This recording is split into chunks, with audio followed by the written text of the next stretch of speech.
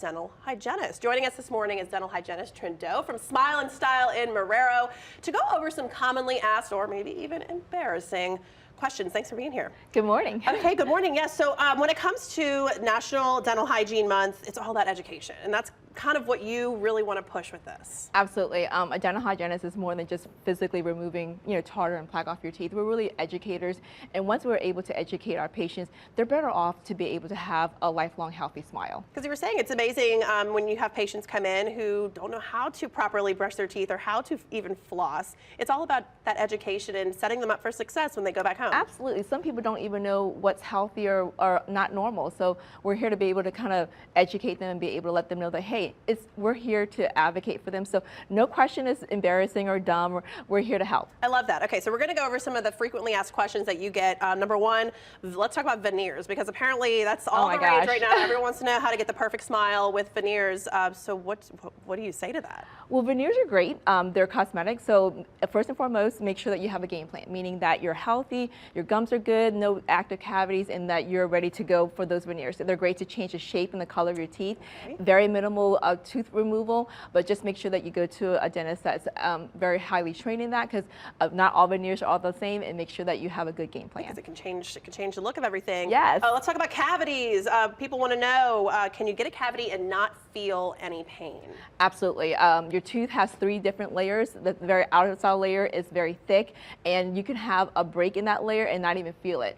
So the best way to find out if you have a cavity is go to your dentist, get proper clear x-rays, and at our office we layer AI on top of it. So we're able to screen for cavities at a very early stage. So once you actually feel it, that means it's deep on that middle layer of your tooth, and you're looking at beyond just a filling. And cavities can be genetic too, right? It's not necessarily, oh, you're not taking care of your teeth, but Absolutely. It can be. So there's a lot of things you need to really understand about that. A lot of factors: diet, genetic makeup of your tooth, just even the pH and all the medication that you're taking. So lots of factors, but the very best thing is to get early screenings for that and make sure that you're not waiting for the symptoms to arise to make think that you have something going on with your teeth. Another big question you get: why can't I get a regular, normal cleaning?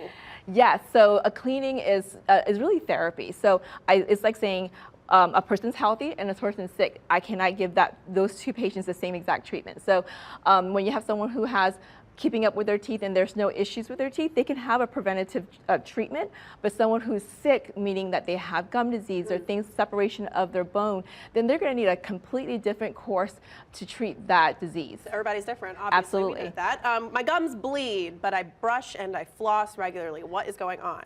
Bleeding gums is an indication of an inflammatory response. Just like if you're sick, you get a fever, right? So if your gums bleed in any shape, except for when you stab it with a fork, then something is wrong. It's an inflammatory response to something that's actively infecting your mouth. So bleeding is never normal. So if you have bleeding, definitely indicate that to your hygienist or your dentist. And you can help them out and figure out what's going on, and maybe some remedies to improving that. Absolutely. A lot of the things is just really getting like a good routine. That's why I always tell my patients, just tell me, like, do you know how to floss? Do you know the sequencing of like an oral routine? Because sometimes that really does make a difference. And a reminder never hurts either. If you like, you may know how to floss, but maybe you don't really know how to floss. So Absolutely. Get a little reminder there. And last question, we're out of time here. Is there a proper order to brushing and flossing? Absolutely.